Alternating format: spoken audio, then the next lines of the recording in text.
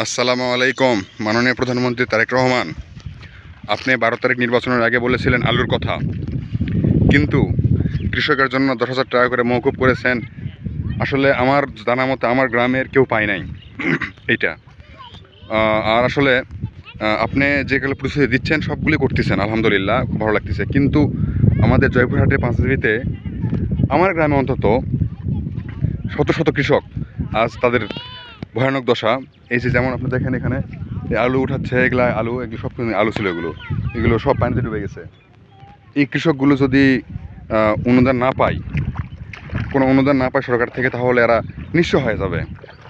আমি আমাদের জয়পুরহাট 1 আসনের এমপি মহোদয় সাহেবকে আমি বলতেছি, আমাদের আমির সাহেবকে আমাকে বলতেছি যে আপনি যেন এই কৃষকগুলোর দিকে তাকান।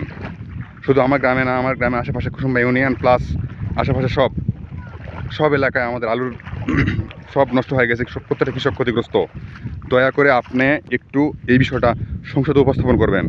জানি না আমার এই ভিডিওটি আপনার কাছে যাবে নাকি যাবে না, তবে যদি ভিডিওটা আপনার কাছে যায় তবে আপনি অবশ্যই আমাদের জয়পুরহাটের জন্য, কৃষকের জন্য আপনি সংসদে কোনো কথা উপস্থাপন করবেন, যাতে আমরা তারেক রহমানের মাধ্যমে, আপনার মাধ্যমে এই জয়পুরহাট 1 আসনে যেন কৃষকেরা যারা ভুক্তভোগী তারা যেন কিছু পায়।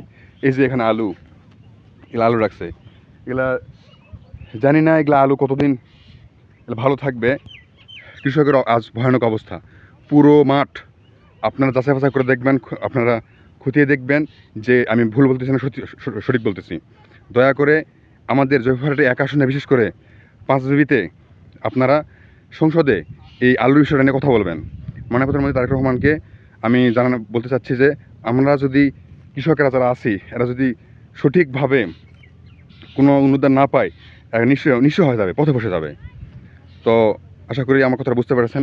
তো সবাই ভালো থাকবেন, সুস্থ থাকবেন। আল্লাহ হাফেজ।